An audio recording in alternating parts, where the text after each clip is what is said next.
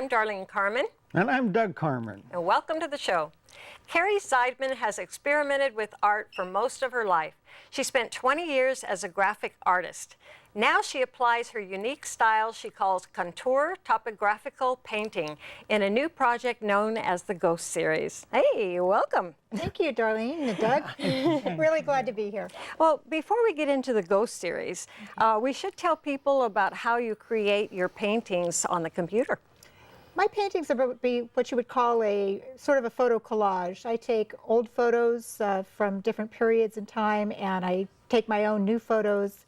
I take pieces from them, put them together, do the detail work, which is where you make it look realistic, shadows, lighting, that sort of thing, and then I work over it, digitally paint over the top of it to create a completely new image. Now, what makes that term that you have, contour topographical, what does that mean? The term came from when I first started doing this. I work over the top of it, and to create a shape rather than draw the shape in, I actually do rings of color so that you have gradiated shades of different tonal values to create a shape as opposed to gradations themselves. So kind of like a contour topographical map. You're not blending color. Right, as opposed to blending color, you have actually solid blocks of color to give the impression of a shape. So that's where the term came from. Well, the start of the Ghost Series it came about when you first went to Poland, right? Yes. And what inspired you when you were there? Well, we were on a trip to Poland, and we were going to the concentration camps and a few other sites around Krakow and Warsaw. And it started when I walked into the concentration camps, and I was seeing what's there now, but I was also seeing the past kind of played out in the same place. And one of the things was the camp was too beautiful. It was very pretty, and that just didn't seem right. So what I did is I came up with this idea of superimposing the past and the present. I went back on the bus and was sketching furiously through the rest of the trip. And when I got home, I basically sat down and started working. I spent about 2 years and came up with the first part of the Ghost Series, which is the Holocaust ones. And then I had my first show of that part of the series in April of 2010. So that was a couple years ago. It took a while. It did, but that was where I was developing the style and getting it together. I know a little bit more about it now. I planned it a little bit ahead of time. That one wasn't planned. I came up with the idea while I was there. So it took me a little longer to do it when I came back. It's kind of neat. Well, actually, we have some pictures. Yeah, let's see the pictures of the Holocaust.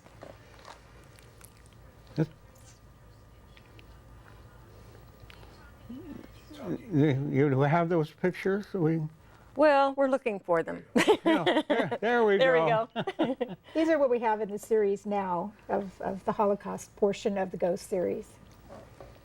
Tell us about it. Which one is this? This is a scene from Auschwitz. If we can move on to the next one. This is actually the Children's Memorial at the Jewish Cemetery in Warsaw.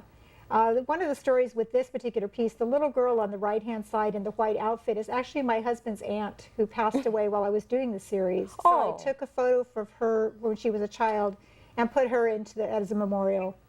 This one is a little hard to see, but on the bunks, this is at the men's barracks in Auschwitz. On the bunks are actually ghosts of the men who were imprisoned there.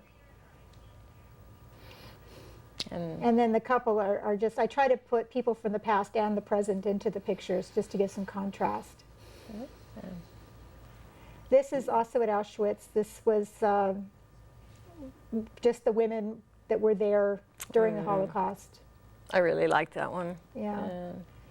That's a very emotional. Yeah. So the ghost part is from an older photograph. From a very old photograph from the time period. That you merged into the And then the background is actually one of my photos that I took, and the person is also a photo that I took, but she's from a completely different photograph. But I put them in, like I said, I changed the lighting, I changed the shadows, I changed the details to make it look like it belongs there. Wow. That's the tricky part with doing the collages. You can cut and paste something in, but to make it look like it fits there. Merge the past into the future. Oh, this one's This is the only one of the series that's actually colorful, because this shows what I saw at Auschwitz, which was the green grass and the dandelions and the blue skies, and except for the barbed wire in the background and the shadows that are being cast are actually prisoners with their arms up. I wanted this one to be very subtle, but I wanted it to show the beauty. I mean, even the buildings there were picturesque in an old barn kind of way. So It just didn't feel right to me. And we got another one. So that's the 5. There are 2 others in the series, but they're behind us on the walls here. Oh, But fine. Well, what happened next was really exciting.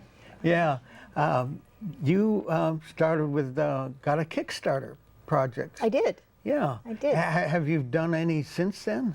No, that's the only one I've done. This is the one. Well, That's right. the first one. But it's Many- a long project. So Yeah, many people are interested in funding their dreams, you know, so tell us Okay. about the process. Well, the process started out, my husband actually knew about Kickstarter and brought it to me as a way of funding the next step in the project, which I wanted to do. What I did is I went to Kickstarter and I looked at some of the other projects that were very successful and tried to emulate what they did. You know, they made a video, they had particular levels of rewards and what those rewards were. What time period they put it up for worked best, because you could put it up for, you have a whole range of time periods that you can use. And so I saw which ones are more successful, just enough time, but not enough for people to get bored with it, that kind of thing.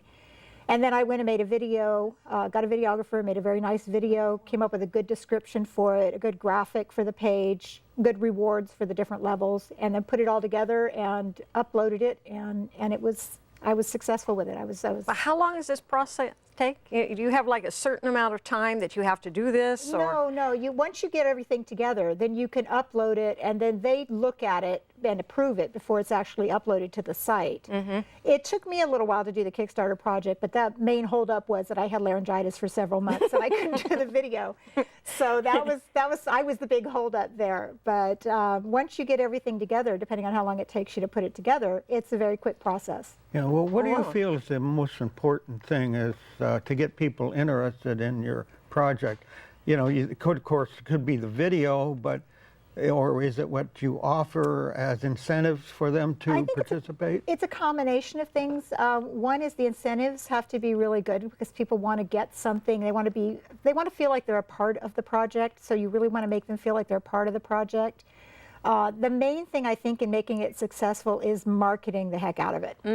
I was promoting it on LinkedIn, several LinkedIn groups. I was promoting it on Facebook. I was promoting it on my email list that I have quite an extensive email list, anywhere and everywhere I could. Well, when you said you were promoting it, how did you promote it? By sending out emails, say, look at my Kickstarter, or send a link to the Kickstarter? Both. I would send out a blurb about the project. Most of the sites that I put it on, like on LinkedIn, there's several subgroups that you can belong to, and most of the subgroups I belong to are either art groups or history groups, which both would be interested in an art history project. So I would send them a blurb about it. Here, take a look at my Kickstarter project. I think you'd really like this. If you want to be a part of it, here's the link. People would go, they could look at it. You want to make sure that you have everything put together before you start marketing it, because you don't want to send somebody to a website that's not finished, because once you do that, you've lost them. So I had to do the Kickstarter project, make sure my website was updated, had everything in a row, and then start blasting it out there. And several people would come from the LinkedIn sites and look at it and were interested and wanted to be a part of it. And you mentioned to me also that people are responding to you and actually giving you some suggestions. Oh, yeah. Where to go see, you know, the sites that you need to see and things like that. And that's pretty nice. It is. These are mainly strangers, right? They are strangers. They're my LinkedIn buddies. There's a huge amount of people out there that have this wealth of knowledge of all these different sites. I send out a notice on historical sites, for instance, or American military sites, that kind of thing, saying, here's what I'm doing. If anybody has any suggestions for places I should go. I did that for the Civil War. I found some really interesting sites, like the Old Tenet Church in New Jersey, which was very exciting for me. Well, actually, let's get into that. Let's talk about the Okay. Civil War, because that is now your next series. Next part of your series is the Civil War. So before you went to the battlegrounds, tell us about your research before you go and also what you're striving for. Okay, well, this one I was able to research a little bit ahead of time as opposed to the Holocaust series because I knew what I wanted to do. So what I would do is research the important sites, which is where my LinkedIn friends came in. They said, you got to see this, you got to see that. I would research that, find out what old photos existed, what is there now. If there's nothing there now, it's not as exciting. You want something to correlate the old photographs and the new photographs so you can have that dichotomy of the old and the new in the photo. And then you research where you want to go. For instance, if you have the old photographs or scenes from different battlefields or something, I would go there and I had those photos with me and I could find that particular site or that particular place where that happened. And then I could use the same photos. I could take photos for now and I'd have them matching up a little bit better than I did with Poland. Well, a lot of these sites have plaques. Yes. And a photo maybe. Yes. So it makes it a little bit easier on some of them, That's but I true. don't imagine all of them have that. No, not all of them did. I was kind of surprised. I didn't realize they actually had the plaques up. So that made it real easy. I go there and go, you know, and we hired a docent at the different sites so that we had only one day at the site. So we wanted to make sure we didn't miss anything. So we'd hire these docents and they take us around and I show them what I'm looking for and they go, well, oh, here's a plaque in front of this particular thing. Well, that was easy. So, but there were some that weren't. Well, I hear you got a docent very excited. How did that happen? I believe that was at the Gettysburg. It was at Gettysburg, yeah. yes. That was really exciting. I explained to him what the project was and what I was trying to accomplish. And I had my cell phone, which had all my old photos on it that I could scroll through. And I showed him and explained the project, and he was really excited about it. And I think he carried my phone around more that day than I did, looking at the different sites. And like I said, most of them we get there's the plaque, you know, it's like, okay. But I had one photograph that he didn't know where it was. It was a picture of a field and a particular rock formation, a tree line, different things, and he didn't know where it was, but he wanted to find it. Did you have a soldier or anything in the picture? In the photo, there are some dead soldiers on the ground, and which is what most of the photos were back then. Were very static. They were either dead people or group shots, that kind of thing. So there weren't a lot of action. But Well, we have some pictures. Let's see some pictures of the Civil War sites. yeah, so we can see the one that I'm talking about is and a few more. we walked around. The story was towards the end of the day, we were walking around and he stopped the car and we got out, walked through some woods, out into this field. This is the picture that I was trying to match. Down in the lower left, you can see the rock formation. Okay, this is the one. And the soldiers and the tree line in the upper right. And so we're walking around the field and all of a sudden he starts calling my name and he tells me, come over here, come over here. So I came over and we had found the spot where it was taken. So the next photo is my picture of the photo. The rock in the left-hand corner is the rock that was in the lower left of the other one, the tree line on the right. My photo was taken in November, so the trees are rather bare, whereas the Gettysburg picture was taken around the time of the battle, which is actually the 150th anniversary is today of the battle. So it would have been this time of year. So it was a little bit different foliage. You can see the trees are very full. Yeah.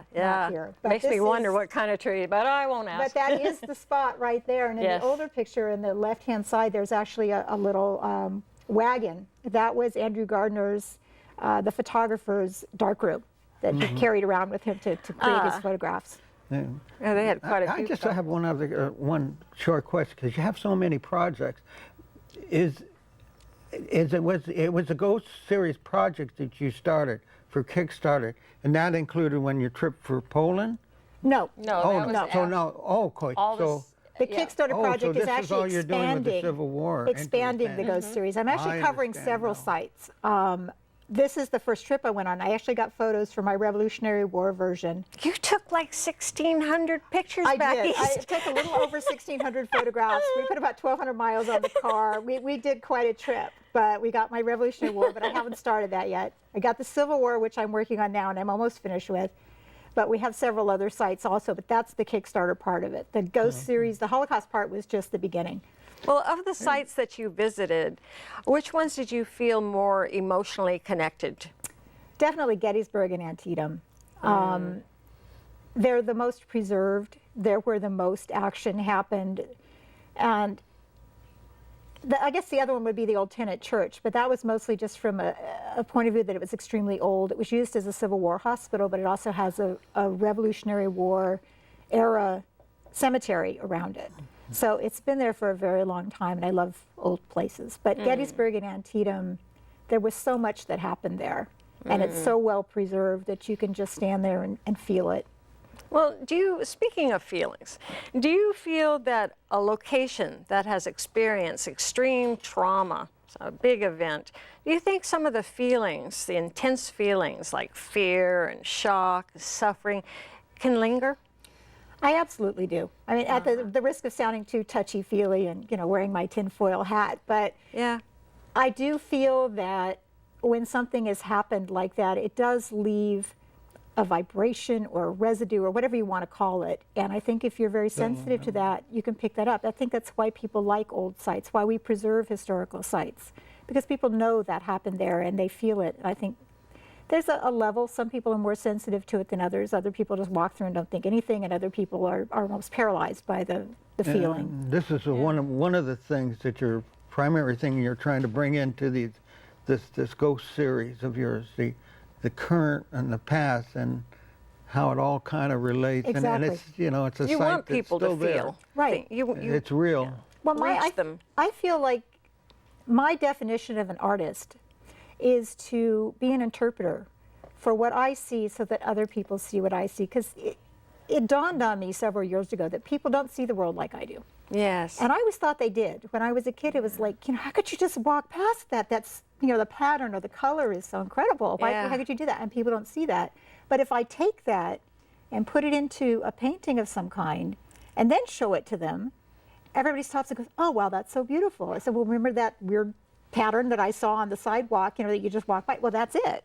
So I realized that I have to kind of interpret the world and put it onto the canvas so that other people can see it.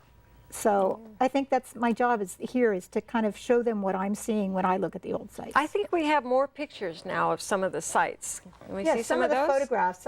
These are just some of the photographs I took. This is at Appomattox Courthouse. Appomattox Courthouse, most people don't know, is actually a little village. It's not actually just one building, but there was one house where the surrender was signed at the end of the Civil War. This is just a small little building that I liked, and I liked the way the light was coming through the tree. Very nice. And it's so lonely. I'm looking with the wide angle lens too, so it looks a little tweaked, but I just really liked that. Oh, so. it's beautiful. This was taken at a little pond at Gettysburg. You can see the split rail fences in the back, and then I just loved the way the light was playing on the cattails. These are just photos from the trip. They're not necessarily part of the project. Oh, they're nice. They're very nice. This is one of the monuments at Gettysburg. I liked the doorway of it, the sunset that's up on top of Little Round Top, and I liked the way it looked. So this was actually at Valley Forge. Beautiful. I wound up doing a lot of sunsets and sunrises. This is actually the sunset. I didn't know that about myself till this trip. I came home and half the photos were sunsets and sunrises. But this is a sunset at Valley Forge after we'd been there taking photos all day. This sunset was actually, I almost missed it. This is beautiful. on the James River in Richmond, Virginia. And it's right on the Belle Island. There was a Civil War prison on Belle Island. And I went out there looking for the prison, which of course was not there anymore. Yeah. But I did see this beautiful sunset, and I almost missed it because somebody put a big, ugly train trestle in front of it. And I was trying to get shots around it until my husband found a footbridge over the river, and we were able to go out and get these shots. Oh, and the sunset just happened to be there. It did. It was gorgeous. Oh. This is actually at Lafayette Park, directly across from the White House in Washington, D.C. And it was just a beautiful fall day, and it was kind of rainy, and I just loved the way the photo came out. Ah, really nice. The only editing on this was there was a really ugly lamppost in it, and I took it out. So these were all in 2012 in the fall? Yes, November of 2012. Yeah, that's beautiful.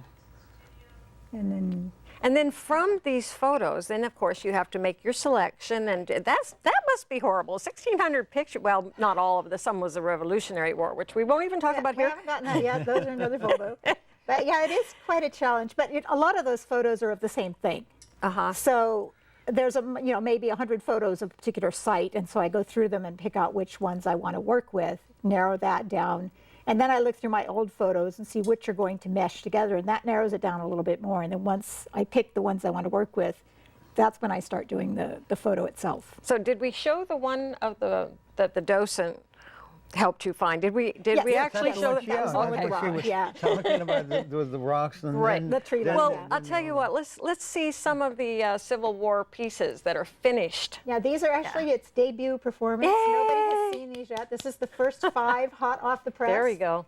This is Gettysburg. This is one of the ones from Gettysburg. There's a battle going on in the background. This was one of my favorites. I like that one. Wow. Very moody. Now, actually, you got some of your characters from the reenactment I did. Felton. There was a reenactment going on in Felton Memorial Day weekend. I was able to get some new old shots.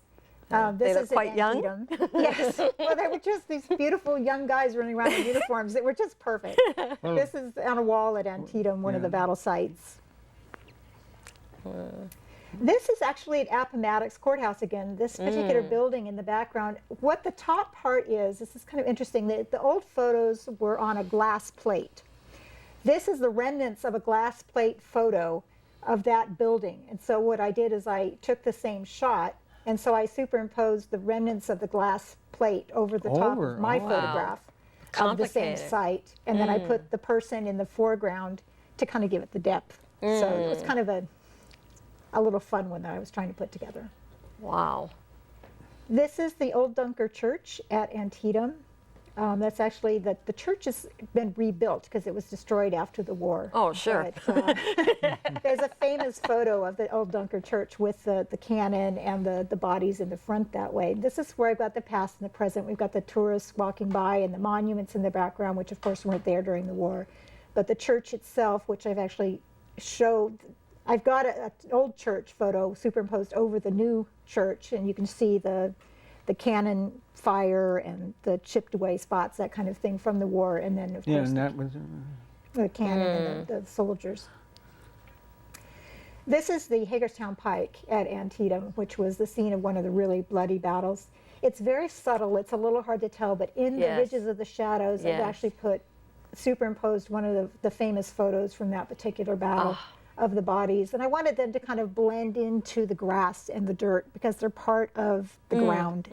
Absolutely. You have a Volkswagen there. Yeah, I wanted the new and the old in there. I'm kind of experimenting a little more this time. They're not all people for the new pictures, so I'm trying to put kind of just glimpses of the modern day along with the older stuff. Well, that makes it neat. Well, your next trip is to Pearl Harbor. Yes.